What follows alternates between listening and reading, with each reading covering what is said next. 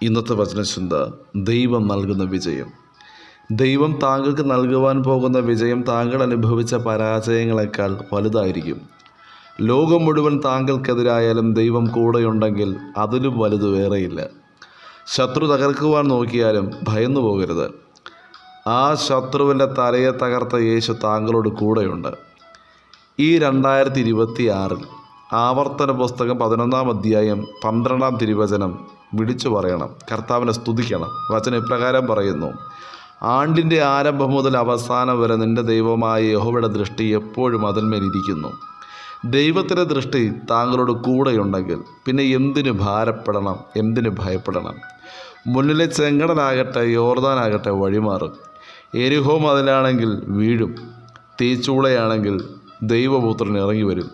സിംഹക്കുഴിയാണെങ്കിൽ ദൈവം തൻ്റെ ദൂതനെ അയക്കും, സിംഹത്തിൻ്റെ വായ അടയ്ക്കും. താങ്കളെ ഒതുക്കിക്കളയുവാൻ ഒത്തിരി പേർ ശ്രമിച്ചു. പലപ്പോഴും താങ്കളുടെ പരാജയം കാണുവാൻ ആഗ്രഹിച്ചു. എന്നാൽ ദൈവം താങ്കളെ ഒരു ജയാളിയായി മാറ്റുവാൻ, ശത്രുക്കളുടെ മുന്നിൽ താങ്കളെ ഉയർത്തുവാൻ ദൈവം ശക്തനാണ്. ചില വിഷയങ്ങൾ, ചില ഓർമ്മകൾ താങ്കളെ വീണ്ടും വീണ്ടും തളർത്തിക്കൊണ്ടിരിക്കുകയാണെങ്കിൽ താങ്കൾ വിശ്വസിക്കുക, താങ്കൾ എഴുന്നേൽക്കുക തന്നെ ചെയ്യും. കഴുകനെ പോലെ കാത്തിരുന്ന് ശക്തി പുതുക്കി ഉയരങ്ങൾ ചിറകടിച്ച് താങ്കൾ പറന്നുയരും. താങ്കളുടെ മുന്നിൽ അടയപ്പെട്ട ചില വാതിലുകൾ ദൈവം തുറക്കും. ദൈവം തുറക്കുന്ന വാതിൽ ഒരു ശത്രുവിനും അടയ്ക്കുവാൻ കഴിയുകയില്ല. താങ്കളുടെ മേൽ വ്യാപരിക്കുന്ന ദൈവശക്തിയാൽ ഒരു ദുഷ്ടശക്തിക്കും താങ്കളെ തൊടുവാനോ താങ്കളെ തകർക്കുവാനോ കഴിയുകയില്ല. ദൈവത്തിൻ്റെ പദ്ധതി താങ്കളിലൂടെ ദൈവം പൂർത്തീകരിക്കും. ഭക്തനായ യോശുവയുടെ കാലഘട്ടത്ത് യോശുവ പ്രതികൂലങ്ങളും പ്രതിസന്ധികളും ജീവിതത്തിനകത്ത് കടന്നു വന്നപ്പോൾ ദൈവം തൻ്റെ ദൂതനെ അയച്ച് ഭക്തനായ യോശുവയോട് സംസാരിച്ചു, യോശുവയെ ധൈര്യപ്പെടുത്തി.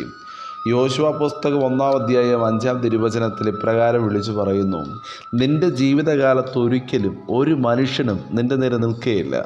ഞാൻ മോശയോടുകൂടെ ഇരുന്നതുപോലെ നിന്നോട് കൂടെ ഇരിക്കും. ഞാൻ നിന്നെ കൈവിടുകയില്ല, ഉപേക്ഷിക്കുകയുമില്ല. ഉറപ്പും ധൈര്യമുള്ളവനായിരിക്കുക. ഒറ്റപ്പെട്ട അവസ്ഥയിൽ ആരുമില്ല എന്നോർത്ത് ഭാരപ്പെടേണ്ട. ദൈവം താങ്കളോട് കൂടെയുണ്ട്. സർവശക്തനായ ദൈവത്തിൻ്റെ കരം താങ്കളോട് കൂടെയുണ്ട്. ഭക്തനായ യോസേഫിൻ്റെ ജീവിതം പരിശോധിച്ചാൽ ഭക്തനായ യോസേഫിനെ തൻ്റെ സഹോദരങ്ങൾ ഒറ്റപ്പെടുത്തി. എങ്കിലും അവരുടെ മധ്യേ ദൈവം യോസേഫിനെ മാനിച്ചു. താങ്കളുടെ കൂടെയുള്ളവർ താങ്കളെ ഒറ്റപ്പെടുത്തി മാറ്റി നിർത്തിയാലും താങ്കളെ മാറ്റി നിർത്തിയവരുടെ നടുവിൽ താങ്കളെ മാനിച്ചുയർത്തുവാൻ ദൈവം വിശ്വസ്തനാണ്. ആരും താങ്കളെ മനസ്സിലാക്കുന്നില്ല എങ്കിലും മറ്റാരെക്കാളും താങ്കളുടെ ഹൃദയവേദന അറിയുന്ന ഒരു സ്വർഗമുണ്ട്.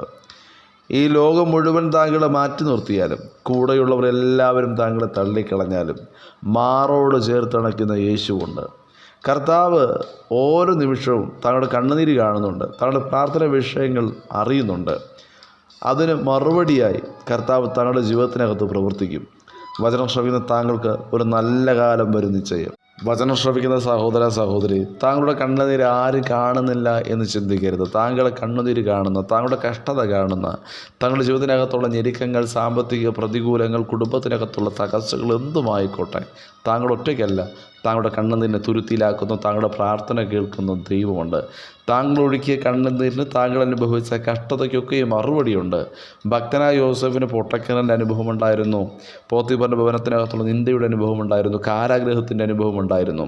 എന്നാൽ ഭക്തനായ യോസേഫ് പിന്നെ വിളിച്ചു പറഞ്ഞത് ഇപ്രകാരമാണ്: എൻ്റെ സകല കഷ്ടതയും എൻ്റെ പിതൃഭവനവും എൻ്റെ ദൈവം എന്നെ മറക്കുമാറാക്കി എന്ന് പറഞ്ഞ് ആദ്യജാതന് മനശ്ശെ എന്ന് പേരിട്ടു. സങ്കടദേശത്ത് എൻ്റെ ദൈവം എന്നെ വർദ്ധിപ്പിച്ചുവെന്ന് പറഞ്ഞ് രണ്ടാമവന് എഫ്രീം എന്ന് പേരിട്ടു.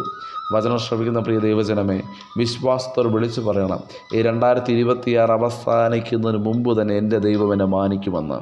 ഈ 2026 എന്ന അനുഗ്രഹിക്കപ്പെട്ട വർഷം അവസാനിക്കുന്നതിന് മുമ്പ് തന്നെ താങ്കളുടെ മുന്നിലെ എരിഹോ മതിലുകൾ വീഴും. താങ്കളുടെ മുന്നിലെ യോർദാൻ്റെ അവസ്ഥകൾ മാറും. വാഗ്ദത്തത്തിന് വിരോധമായി ദൃശ്യമായി നിൽക്കുന്ന സകല പൈശാചിക തന്ത്രങ്ങളെയും ജയിച്ച് ആത്മാവിൽ മുന്നേറുവാൻ തക്കവണ്ണം ഇരട്ടി അഭിഷേകത്തെ ദൈവം നൽകി മാനിപ്പാനിടയാകും.